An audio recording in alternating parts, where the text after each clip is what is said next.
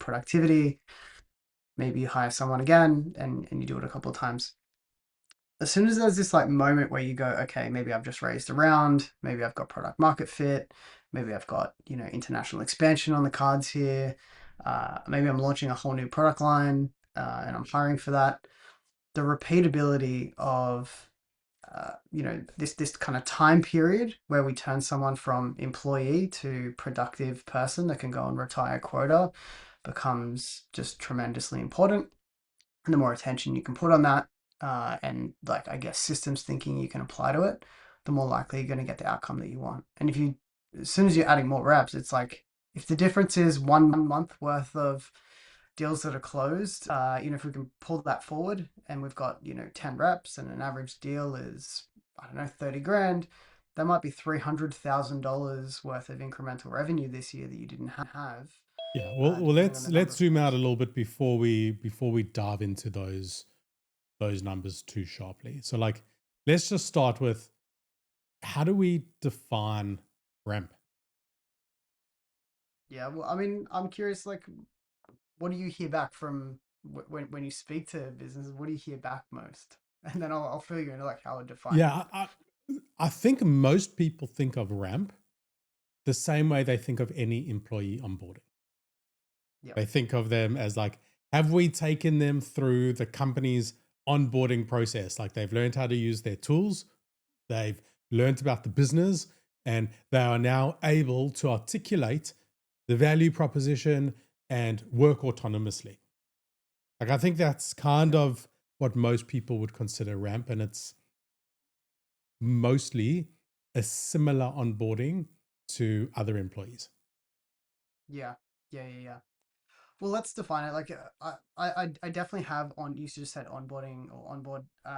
Onboarding and ramping, not interchangeable, but very connected. I think you should have a very deliberate intensive onboarding experience, a functional role-based onboarding experience inside a GTM team that is separate to some sort of company. They might say onboarding. I've actually usually just used the language orientation. Like company onboarding to me is just company orientation. And we've got role-based onboarding and it should flow into a ramp kind of period. And I would say that that first onboarding kind of moment, the the stage gate there for me is that someone can carry probably, let's say, the first half of the deal. Maybe not all the closing motions. We've left it too long if we consider them onboarded, just that they can go all the way through. But we can put some markers on that. And then ramped says we are operating at productivity. Like, Well, I've got a model. Reps need to be able to close this amount of revenue, and they're sitting in the band of where the team that they're joining is able to operate at. I guess when we just think of the definitions or the connotations of the word ramp, what is ramping up? Like what is increasing over the period?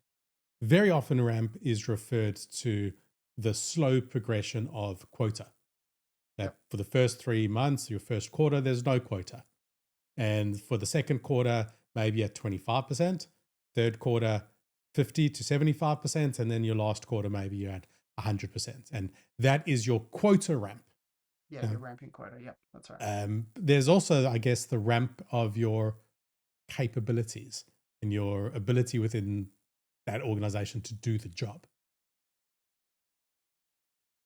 Yeah, yeah. I mean, they're just the two sides of the same coin on my side. Like we companies are very typically pretty good at delineating or like whether you might agree with the exact scale. Like some reps might say that ramp quota is too aggressive. Is up for debate. But I think generally most companies have some view of that and they put those kind of timestamps. But the other side of it is the person actually being able to show up and deliver those things, and that is then by definition kind of defines the ramp itself. Are they able to display the behaviors, the skills, the knowledge, um, and adhere to the processes that are necessary to actually get that number? Um, so yeah, and that's how I think about ramp, working backwards from the quota, the productivity of where we need to be and when.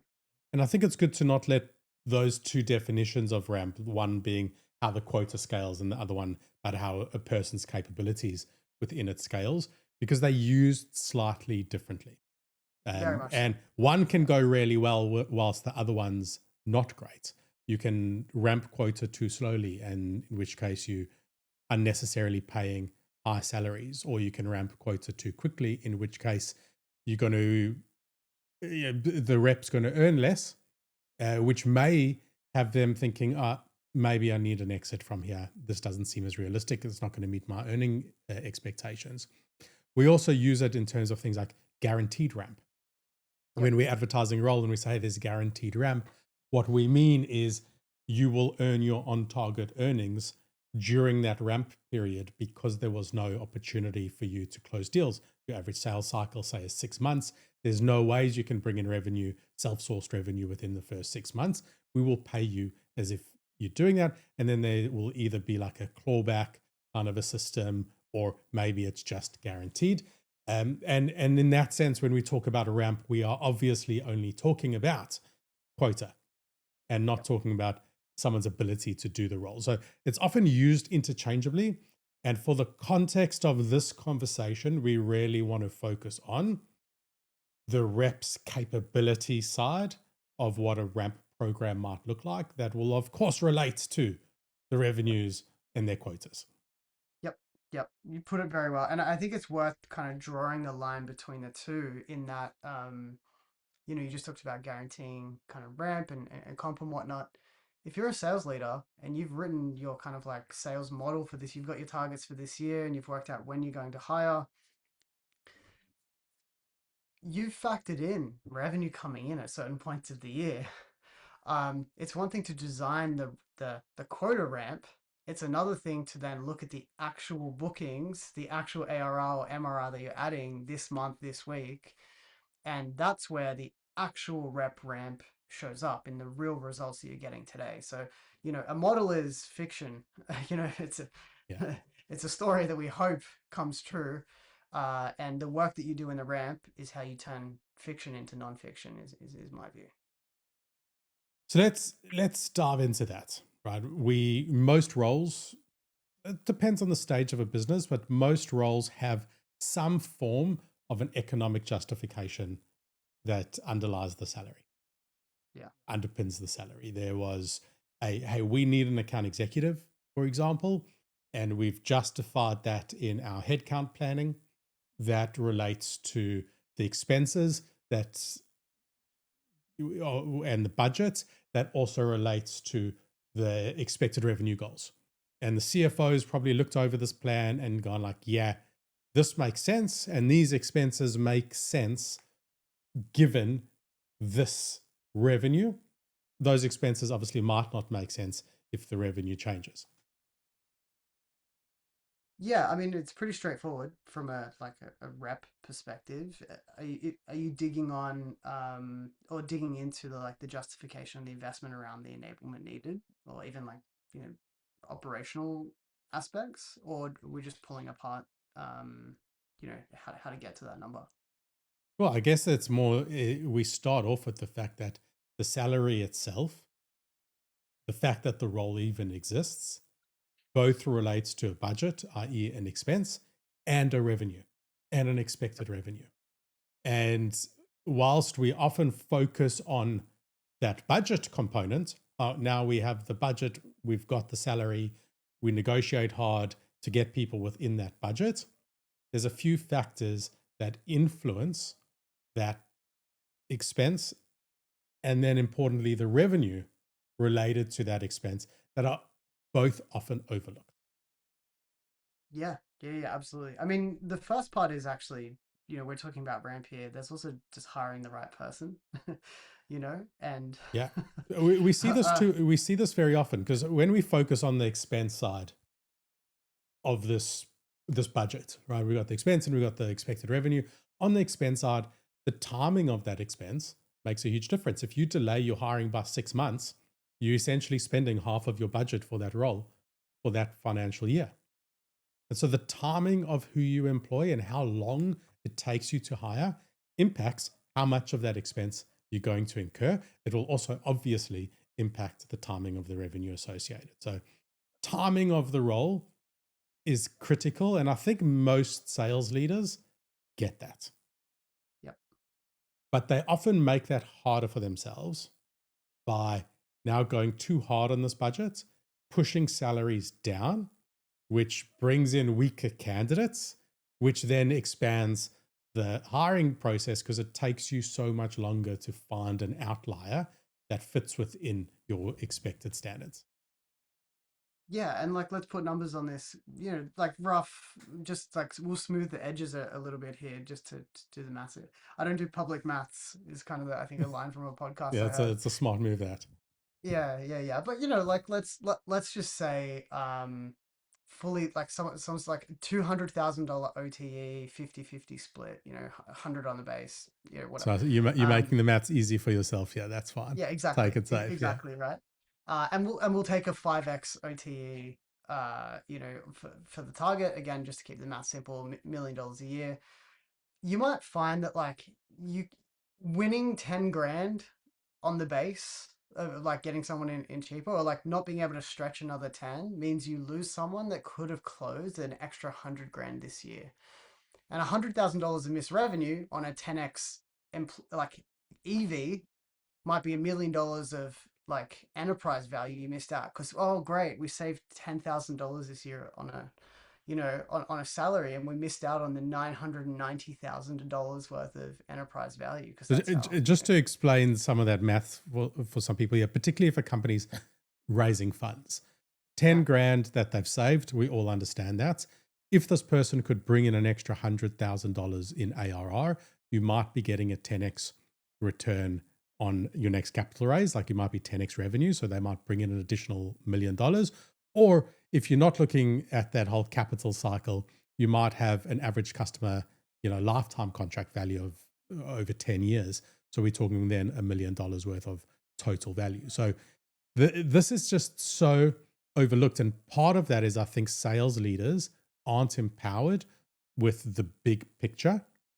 And they just pressed on the bottom line on the budget. They're like often treated, kept in the dark. Oh, you've got to come within this exact budget. There's a much bigger picture at play here, and that CROs might be looking at and should be a bit more focused. And obviously, as a sales leader, they should just be putting on that CRO hat and thinking like a true executive around what does this actually mean for the business holistically to its revenue. Yeah, and even first time CROs, like we're talking about these kind of younger companies. It's often the first time we've had to kind of come head to head with that kind of like thinking it all the way through. But we're here to talk about ramp, and so like we should talk about like okay, well, how do we unlock this productivity out of reps? And I think there's yeah, I would argue there's not enough attention and kind of systemization. I don't know, like I think Yeah. about turning it into a real factory for quota retirement. That's Mm. how I think about onboarding and Well, and the subsequent ramp period. I guess if we were to just summarize what we've been talking about first is when we're thinking about the expense of a role, we don't want to just think about their salary. Are we paying them $100,000 base with 100,000 OTE? What we want to think about is their expense relative to their income and over a Yep. period of time. What is this person costing me over 6 months relative to the income they're bringing in over 6 months? And when you think about it in that frame, all of a sudden, you might be thinking, actually, a person who comes at 120K base as opposed to 100K base, who's done this role, who's going to be able to hit the ground running and is going to maybe be able to onboard much quicker and get time and reduce that time to value, they're starting to bring in revenue sooner. Actually, when you cost that out over 6 months, it was significantly cheaper to hire the more expensive person. So we're starting off here with a frame of a larger period than just the day they start. Yep. So let's talk about practically now, what are some of the things we can do before we hire that will reduce the time to value for the person that we do hire? Yeah, I mean, I've certainly got some experience here. Probably even more on your side, but I think having clarity over the skills, kind of maybe knowledge, you know, if we have some data that tells us hiring inside of industry accelerates, you know, just the selection process itself, I think makes a big deal. Um, and then yeah, there's certainly an employer brand perspective to attract the right kind of people. So I think loosely, if we just like group all of this pre-hire stuff, I'd be saying finding the right person. In order to find the right person, you have to have the role designed well, and for that role to be attractive. So I think how we shape the role, how we brand the company, the employer brand, makes a difference. Your actual interview processes, your hiring processes, because you can easily waste a month in hiring, and that impacts the the end goal. And I would say you might lose better candidates if your process is too long or too slow. So having that process right, but ultimately comes down to hiring the right person with the right skill sets. And that is also relative to the process they're going into afterwards. So if you don't have the capabilities to hold someone's hand, you have to hire someone who's more autonomous. If you've got a really excellent process that they're coming into, you might not need that. So it's a balancing act, but starts off right person through an efficient, well structured hiring process. Yep. Yeah, it's super sharp. And I think that just translates directly over into the actual ramping experience itself, from like onboarding and ramping experience. I work backwards from what are the behaviors that are causal to results. So, like, we know that we get urgency when we ask great questions that are below the surface level pains.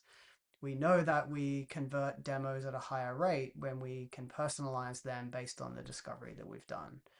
You know, we know that we get people onto calls more regularly if we reach out to the right people that are ICP and persona specific. And so you can just draw a line around a role based on a collection of these skills.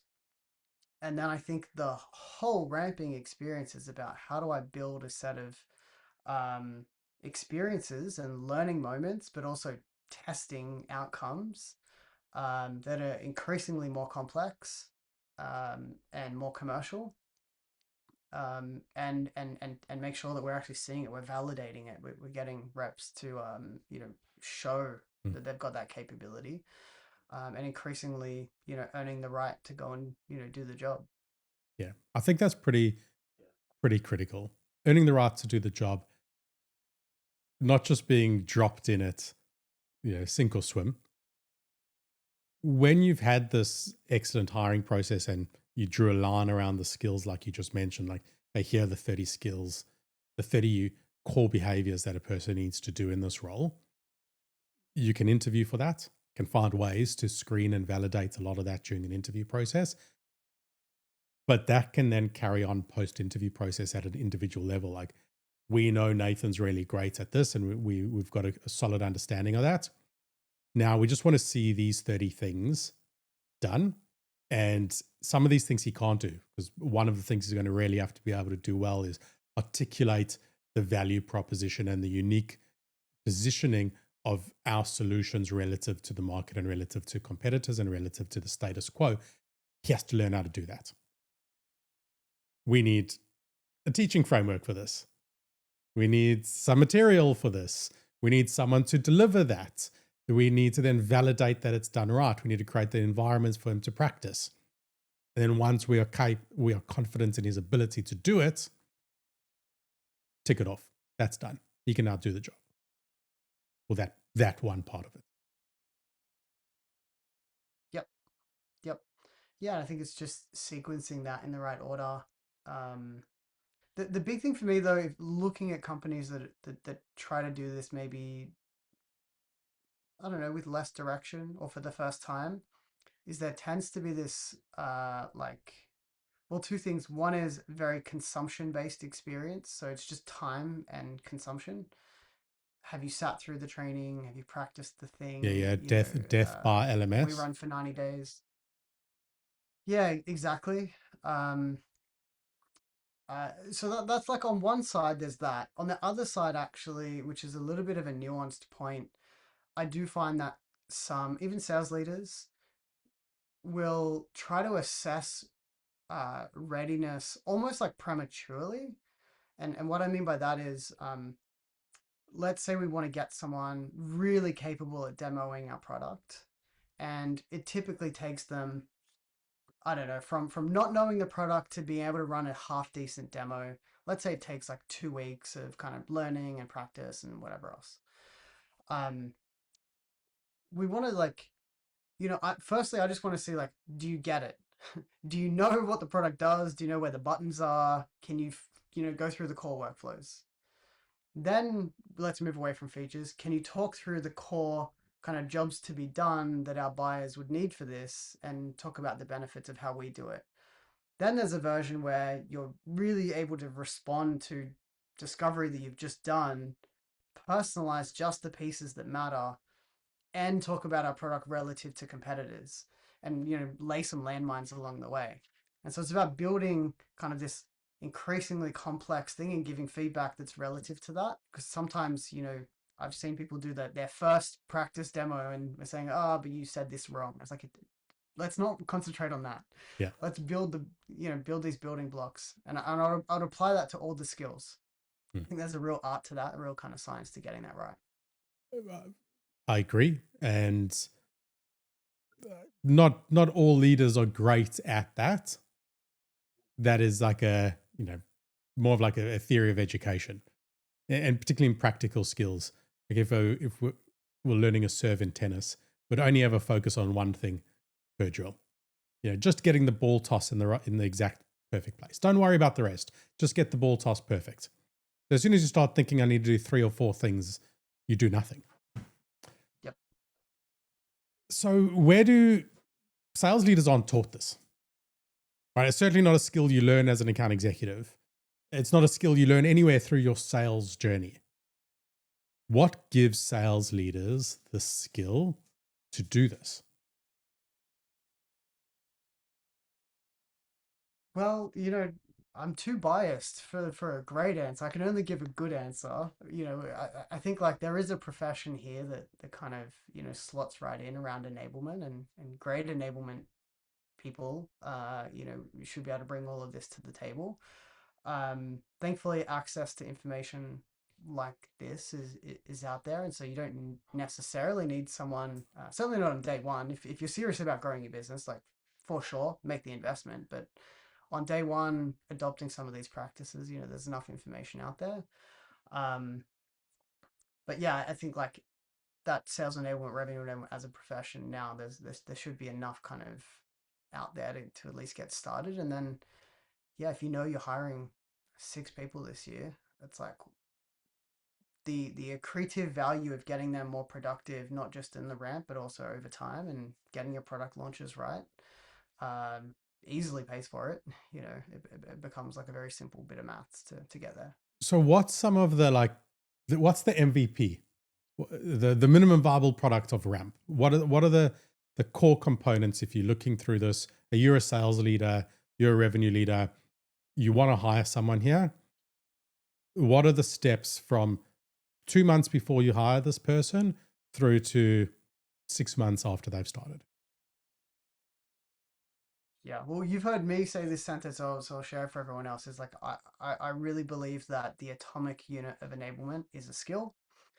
And I think the first thing I would be doing is I'd be sitting down and going, even if it was me that closed the last 10 deals, I would say, what do I think were what's the 80/20 of the 10 skills even that I think were most necessary for us to win this deal, right? I was able to, do deep discovery that understand the pains, challenges, opportunities of our customers. So we need to have that. We sell a highly technical product, so we need to have someone that's been in industry before, hopefully as a practitioner.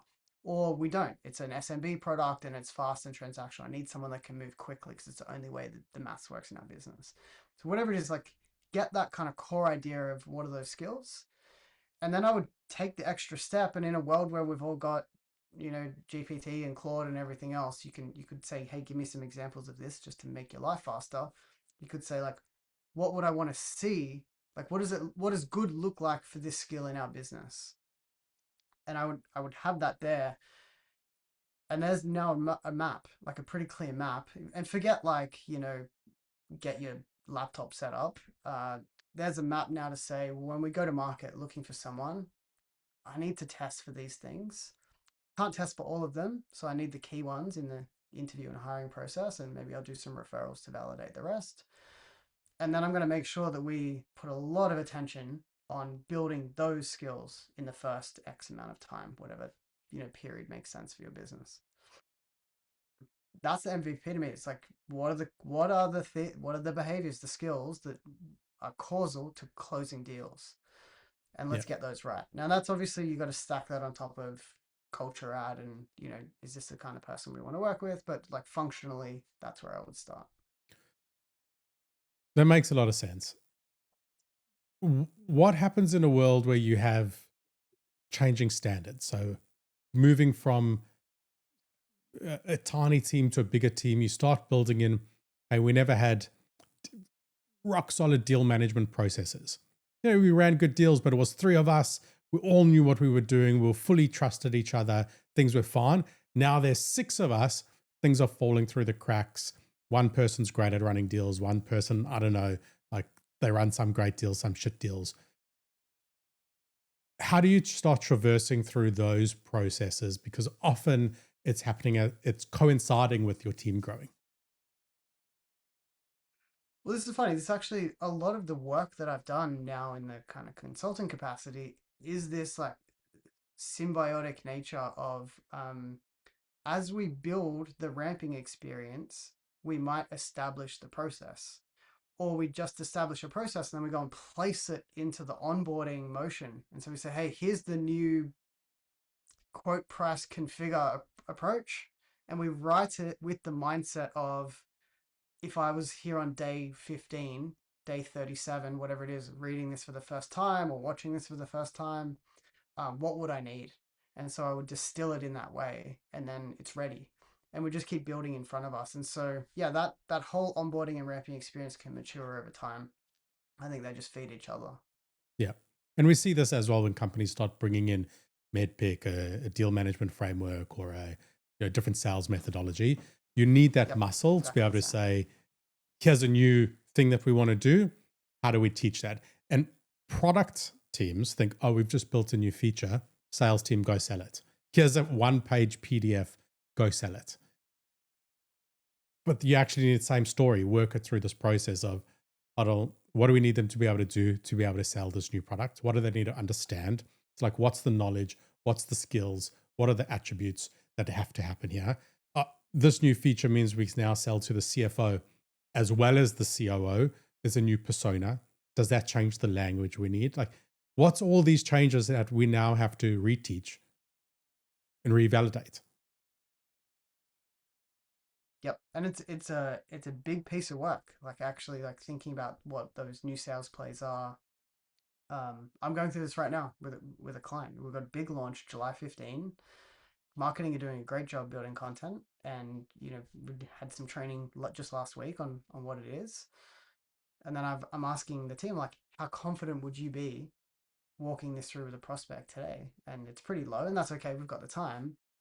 And so we have to put the energy in of like, okay, we're running actual like workshops of practice. We're simulating the experience, and we're building an FAQ, and we're kind of building all that infrastructure around you to support you. Yeah. One thing I've noticed for sales reps in particular, driven, goal oriented, all of that good stuff. When a sales leader or revenue leaders put in the effort to actually draw the list of the 30 skills that they need, what those skills look like in reality, they don't sleep well at night until they've gotten through that list. Like they motivated to like tick all 30 off of the list. And if you haven't built that list for them, then they floundering around. And this is where they hear like, oh, I'm trying. But it's just unstructured. And that same frustration can happen when the product team releases the new product, but we haven't challenged them with, why was this feature released? What problem does this feature solve? How was this problem raised in customer interviews? Like, when they haven't set this up in front of us for us to achieve, everyone flounders. So I think the goal here is, can we understand the finances of a ramp?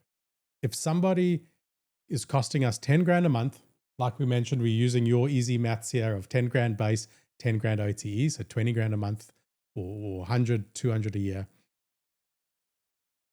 If they ramp 4 months instead of 6 months, they are now driving revenue after us only having spent 40 grand instead of us only having spent 60 grand.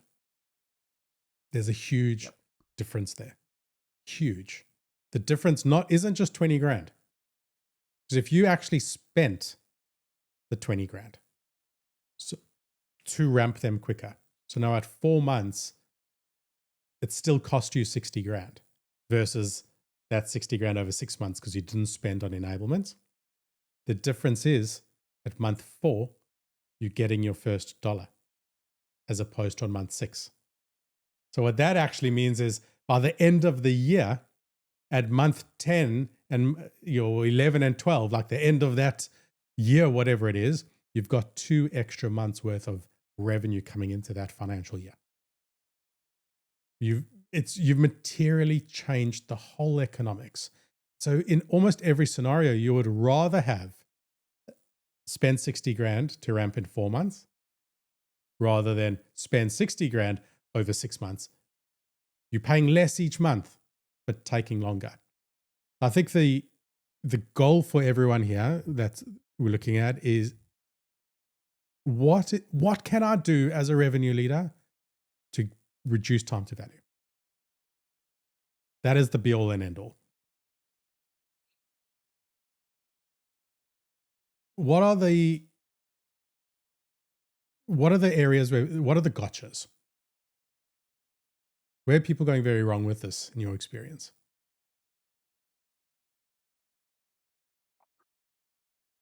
I mean, there are a number of things that one of them I spoke about, which is thinking about this in like a time and like consumption perspective. Like I'm very focused on how do we build the skills that give us the leading indicators that then tell us that we're going to get the commercial outcomes we want. So that's also one of them, which is like not having the instrumentation, like the testing along the way that give us those leading indicators and being clear about that. You mentioned that the structure piece, like I think it's absolutely the amount of times I've just said to reps, you're exactly where you need to be. And that being like an important part of their journey along the way to know that they're getting there is a lot. So having the structure, having the clarity over that, I think also just holding very, very high standards. I think it's easy to let things slip. Like I've seen, we've just talked about accelerate the ramp, get them to productivity. I've seen executives kind of make a decision to say, hey, like let's just kind of, you know, just like we need someone to cover this now. Like go, and you might gain a week but lose a month or two, and because you've actually just like popped the bubble, that person's no longer necessarily maybe not going to get the intensive time that they needed to develop what they should have. They might develop the wrong behaviors because you're the reason that they're being called into doing that is because we actually don't otherwise have a lot of spare time, and so then they're not getting coached as effectively as they should. They go out into the deep end and they don't actually swim. So Yeah. I think that's like that is the other part of that, just to be mindful of. But Yeah, signing people there's a off healthy tension there. unnecessarily, just for the sake of it. We've seen that. We've also seen people finish ramp because maybe they have a built-in 3-month probation period, right? Like, and what everything Yep. we've spoken about here has actually nothing to do with the legal contracts probation period. This is about actual them being productive, valuable assets within the organization. We encourage people to tie probation to them being signed off on the skills. That is your probation period. And if you haven't been able to do that within 6 months, or whatever the legal probation period is, it's an exit, right? Like this hasn't worked. But we will give you 3 months to prove to us that you can do all of these skills. But these are the ones we said we need to employ you with, and you said that you had. We're going to validate those. And these are the ones that we know we need to train you on because they were gaps that we couldn't afford to buy within the market, or they're so specific to us, we know we have to teach that, like the value props and the things like that. How are sales leaders? One quick gotcha that I see as well is sometimes people get fixated with building rather than doing. I've seen people spend months building an LMS that then just never gets used. Yep. Yeah, this has to be a dynamic process. Yeah. And I often just see sales leaders that are just too time poor to do this properly. And so they think they're hiring for like, oh, we need someone who's fully autonomous. Like that's what they think they need. And I would argue like, yes, you can spend more to reduce ramp by hiring people that are more senior and have more of these skills and experience that you can validate. But you're better off actually spending that money post hire on enablement services.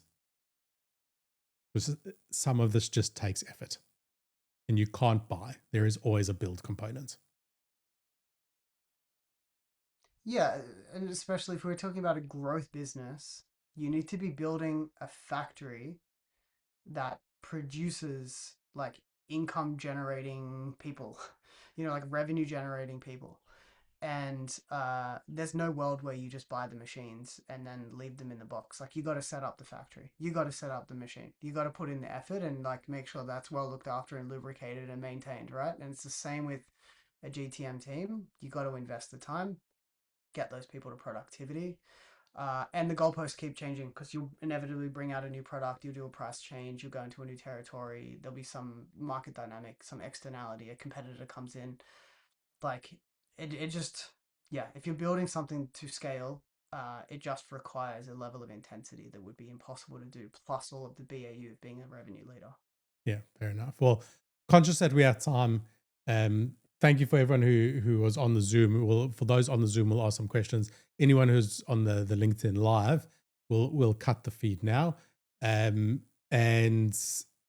Nathan, as always, like this is my favorite topic, and it's my favorite topic particularly because I will see people go to the ends of the world to save and negotiate a rep down 10 grand when hiring them, and then just let them loose into the ether to fail. And now they've wasted 4 months of their time, 4 months worth of salary, and have to start again. So the opportunity cost is just astronomical. It is lethal to most startups, all because they try to save 10 grand. You cannot save your way to success in a revenue team. Yeah, yeah, yeah. That's a good way to put it. Right. Well, Cool. any questions on the Zoom? There's only not many of us here. If you do, if not, awesome. We love having you around for the chat, and anyone on LinkedIn Live. We'll see you soon.